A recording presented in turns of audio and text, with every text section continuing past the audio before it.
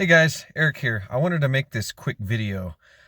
So I'm in my 2016 Chevy Suburban right now, and I was getting this door ajar message. So right, I'll show you on the looks like, and the door is actually open right now. Uh, After doing some research and troubleshooting this, I figured out what it was. Initially, I thought it was the window motor. Yes, you heard that right. The window motor can cause issues with the door ajar sensor because it's electrically connected through that motor. So if your motor goes out, it will not work. So originally I thought the problem was the motor because the window wouldn't roll down. So I went ahead and replaced the motor.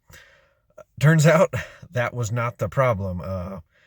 I apologize. I parts cannon this one thinking, okay, the motor's not working. Obviously, this is the problem. It's electrically switched and grounded through that window motor.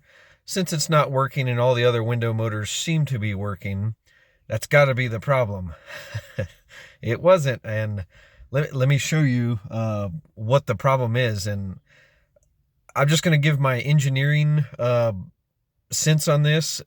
This is just a bad design from GM. I know this is one of the earlier model Suburbans, but what they did is they constrained these wires so bad that rubbing, chafing, and breakage happen. So let's flip the camera I'm talking about.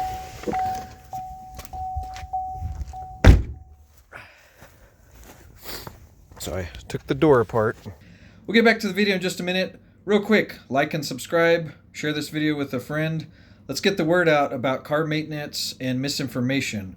With that in mind, I created a free guide. If you head over to my website, www.fixyourcar.net, click on that orange button, you'll get a free guide that'll show you when you need to do maintenance on your vehicle, and so you won't be led astray and misinformed by the auto manufacturers.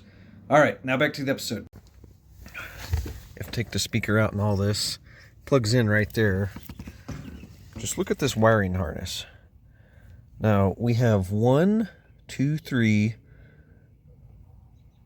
I think I count 3 wires broken right there.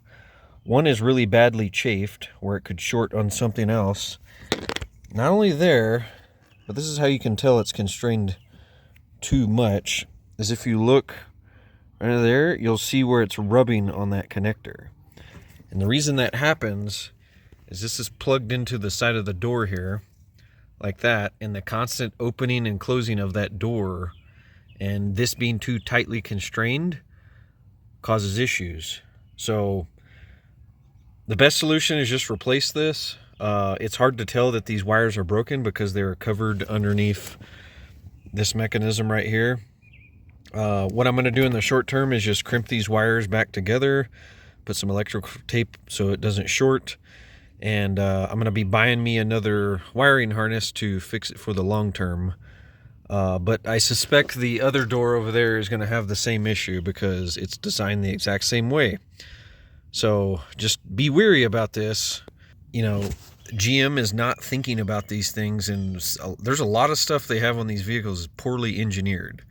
I love GMs, but man, they they do some things to these vehicles, and I'm just like, what were you thinking when you engineered this? Like, somebody was not using their common sense or their brain at all when they put this through the assembly line and tested it and did all the integration to it. So anyways, thought I'd share that quick video. It could be the window motor in actuality, but more than likely it's probably this problem right here with the wiring harness. So take care, God bless, and see you on the next episode.